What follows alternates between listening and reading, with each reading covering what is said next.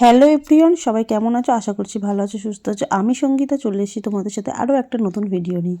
সাধারণত আমি খুব একটা লং ভিডিও পোস্ট করি না, তো এই ভিডিওটা একটু লং না করে পারলাম না। তোমরা ভিডিওটা পুরো দেখতে থাকো, স্কিপ না করে। আশা করছি তোমাদের ভালো থাকবে। হাসি মজা, আড্ডা, দুঃখ সব কিছু নিয়েই ভিডিওটা শুরু করছি। তো এদিকে দেখো, আমরা কথা বলতে বলতে চলে এসেছি সোনারপুরে। তো আমরা আজকে মহিলা টিম মিলে গেছিলাম বাজার করতে। তো বাজার করতে যাওয়ার একটা রিজন আছে, সেটা হলো আমাদের মাঘ মাসের 2 তারিখে থাকে বনভাগ। তো সেটা প্রতি বছরের ন্যায় এবছরও আমরা সুন্দরভাবে আর কি আয়োজন করছি।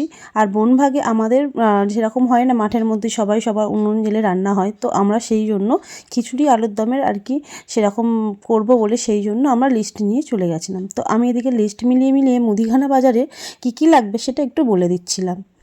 ভিডিওটা গত শুক্রবারের, তো ভিডিওটা এডিট করতে একটু সময় লাগলো, আর ভিডিওটা শেয়ার করব বলে একটু তোমাদের সাথে সেইভাবেই তৈরি হয়েছিলাম। এদিকে দেখো, লিস্ট মিলিয়ে আমি আর কি কী লাগবে সেটা সব কিছু বলছিলাম, আর ওদেরকে বলছিলাম যে কতটা কী পরিমাণে লাগবে। আর লিস্টটা আমি আমার বরকে দেখিয়ে নিয়েছিলাম, কারণ ও মানে আমাদের খিচুড়িটার জন্য ও আর কি রেডি করবে। তো খিচুড়িটা ওর হাতেই প্রতি বছর হয়, অনেকটা পরিমাণে খিচুড়ি। তো সেই কারণে আমরা আর কি নিজেরাই সাহস করে উঠতে পারি না যে নিজেরা এটা করব। তো সেই কারণে সাধারণত যা মশলাপাতি লাগে সব কিছু রেডি। আর এদিকে পরের দিন সকালবেলায় আর কি সকাল বউঠে পড়ে বিছনা, ঘর মানে সব কিছু আর কি পরিষ্কার করে নিয়েছি। আর আসলে আসবে বাবা মা, আমার বাবা মা আসবে, সেই কারণেই আর কি বেডশিটটা একটু চেঞ্জ করেছি, নইলে করতাম না। তো যাই, এদিকে ঘর ঝাড়ু দেওয়া হলো, মোছাও হলো। আর ওদিকে দেখতে পাচ্ছ মালা, ওই মালাটা তোমার দাদাভাই আগের দিন এনেই রেখেছে, কারণ সকালবেলা আমরা যাবো পূজা দিতে, তো সেই সময় আনাটা অসম্ভব হয়ে যাবে। আর এদিকে দেখো, সকাল বাসি কাজ ছেড়ে আমি জামা কাপড় নিয়ে চলে এসেছি ওপরে মিলতে। আর এদিকে বেডশিটটাও চেঞ্জ করে নিয়েছিলাম। ওই যে বললাম বাবা মা আসবে, বাবা মার আসারও একটা কারণ আছে, সেটা তোমাদের সাথে একে একে শেয়ার করছি। তো আমার একটা এখানে আর কি মানসিক করেছিল, তো সেই কারণে আর কি মানত চোকানোর জন্য এদিকে তোমাদের দাদাভাই নিয়ে এসেছিল 10 কিলো বাতাসা। তো 10 কিলো বাতাসার এরকম মানত ছিল, তো সেই কারণে দেখো। আর এই যে খড়াটা শাশুড়িমা বের করে দিয়েছে, এটা শাশুড়িমা।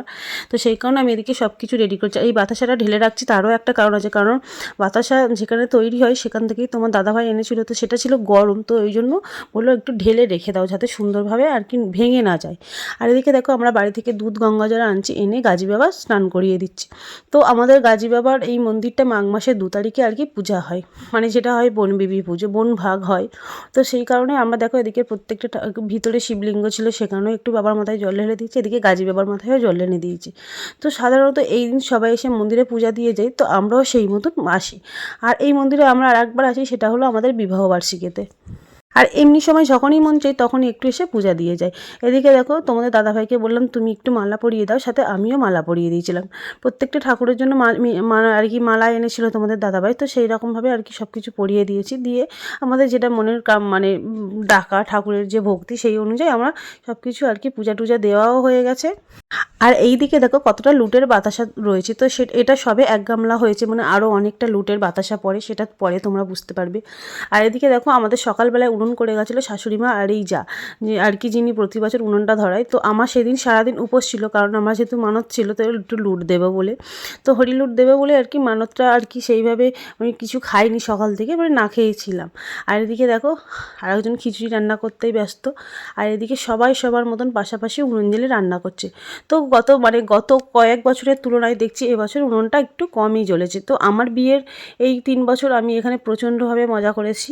আমার 3য় নম্বর বনভাগ। তো যাই হোক, এদিকে দেখো, এদিকে খিচুড়ি হচ্ছে, আর সবাই মিলে মানে যেমন হয় না পাশাপাশি, মানে 5-6টা আর কি উনুন জ্বলছিল। তো আগে আরও হতো, সেটা একটু পরিমাণে কমে গেছে, একটাই কারণ মানে তাদের বাড়িতে বিপদ বা আপদ এরকম কিছু একটা হয়েছে, তো সেটার ব্যাখ্যা করলাম না সব কিছু।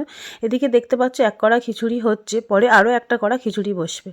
আর এদিকে দেখো, আমি আমার একটু বরকে হেল্প করে দিচ্ছিলাম যাতে ওর একটু কষ্ট না হয়। আর এদিকে রোদ্দুরটাও সেদিন ভালোই ছিল, কারণ অন্যবারে আমরা সবাই চাদর টাদর এনে বসি, তো এবারে সেটা আনতে হয় না, সবাই মিলে দেখো বসে আড্ডা দিচ্ছে মাঠে।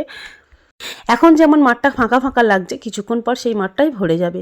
আসলে সবাই তখন ভোগ প্রসাদের জন্য সবাই আসে। আর এটা আমরা এবারে একটু একটা কড়া ভাড়া করেছিলাম, কারণ এবারে পরিমাণটা বেশি ছিল। শাশুড়ি মায়ের একটা বড় কড়া আছে, তো সেই কড়াতে হয় না। এই যে ডাবু বা খুন্তি বা ঝাঁঝরি, এটা তোমাদের দাদাভাই কিনে এনেছিল। এগুলো আর কি আমাদের দেখতে হয়নি, কারণ রান্নাটা ও করে, ওর খুব মানে অসুবিধা হয়, তো সেই কারণে ওর সেটিং মতন জিনিসটা ও নিজে কিনে এনেছিল।